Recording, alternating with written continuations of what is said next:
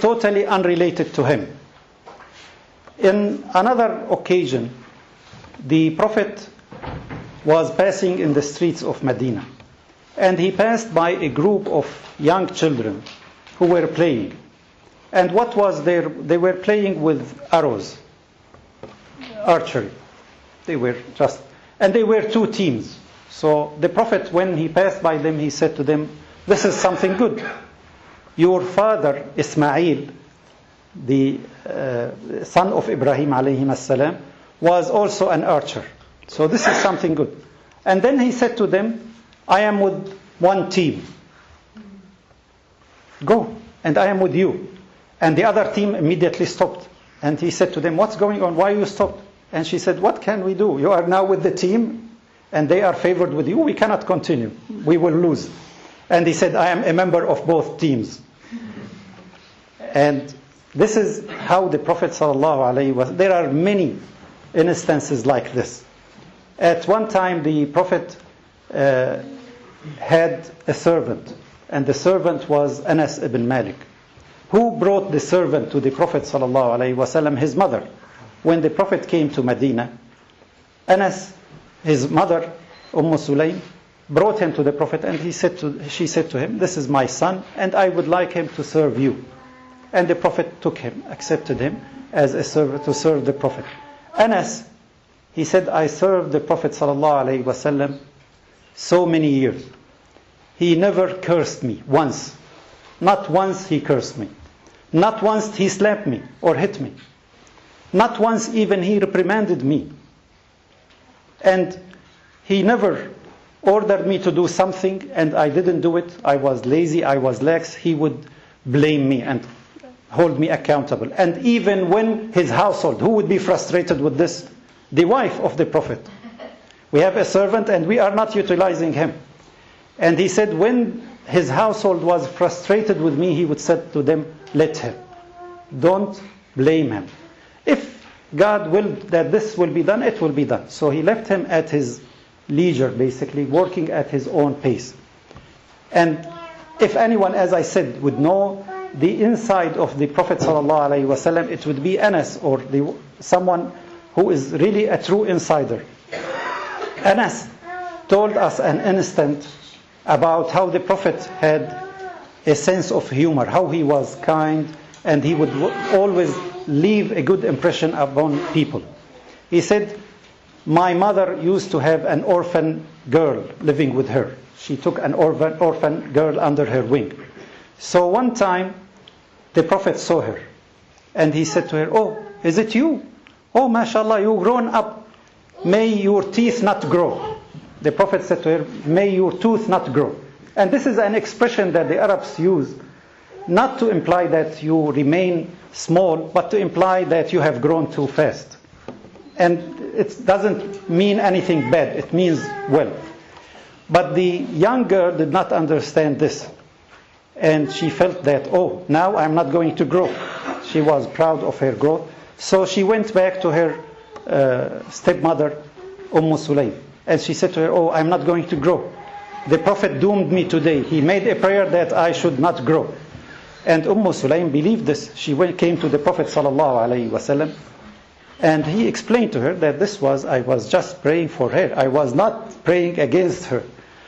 So this is, again, an idea how the Prophet, as a human being, treated people who were around him.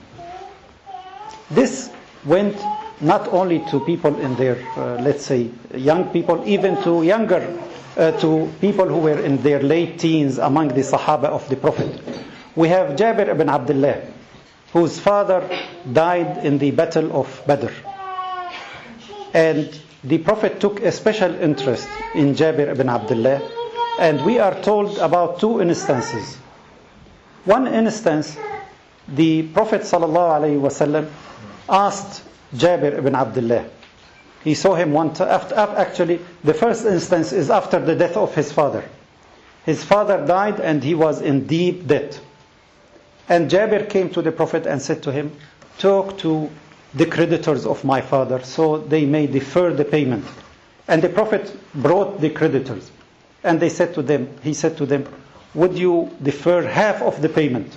We'll pay you half this year and half the next year when we harvest the date next year. And they said, no, we want everything now. This is the money of orphans. They made some excuses. So the Prophet said to Jabir, go ahead and pay them.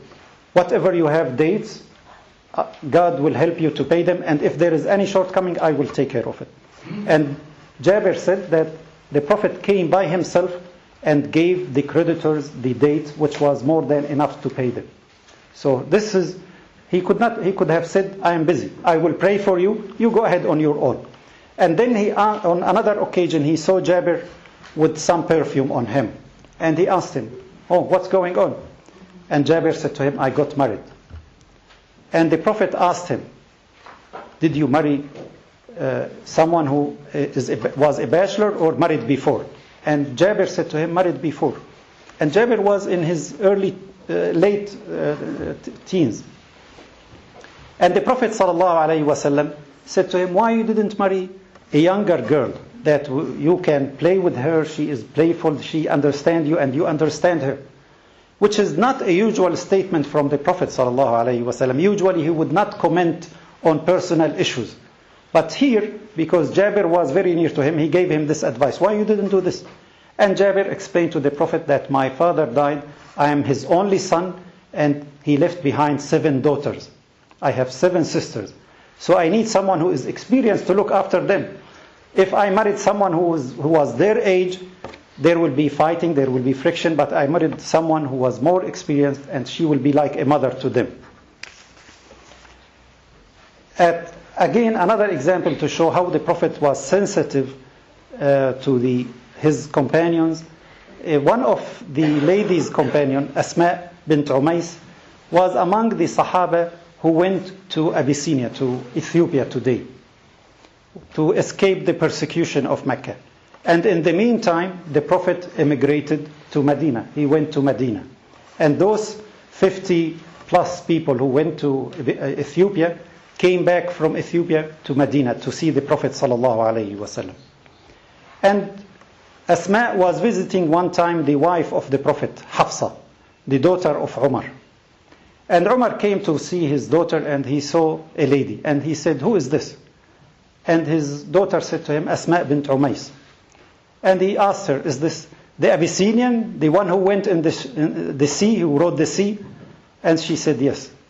And Umar, being very direct, he said to her, look, we made the hijrah. We went with the Prophet, you missed the hijrah. And Asma was very angry that we missed the hijrah with the Prophet, because in the days of the Prophet ﷺ, joining the Prophet in Medina was an integral part. Before Fatah Makkah, before the 10th year of Al-Hijrah, it was very important to join the Prophet in Medina. There are people who would come and embrace Islam, and the first question the Prophet would ask them, you are making a pledge to join me. Are you making a pledge to join me in Medina or to return back to your town? So Asma was very angry and unhappy about this, and she said to Umar, I will go and ask the Prophet. And she went and asked the Prophet. Umar claims that we have no hijrah. We are not rewarded, and they are rewarded. And the Prophet ﷺ said to her, you are rewarded twice. You have made twice hijrah.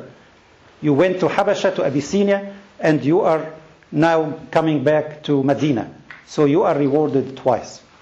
He was very sensitive, as I said, to this. He was also very acknowledging of the good traits of other people. One of the Sahaba, one of the companions, his name As-Sa'ib ibn Abi Sa'ib, came to the Prophet ﷺ after he retook Mecca. And the Prophet said to him, and this man was the partner of the Prophet in trade before prophecy, before he became a prophet. And when the Prophet ﷺ saw him, he said to him, welcome my partner and my brother. When I was your partner, you was the best of partners. You never misguided me, and you never had an argument with me. So this is the kind of attitude that the Prophet ﷺ had when he was dealing with the others. Not only that,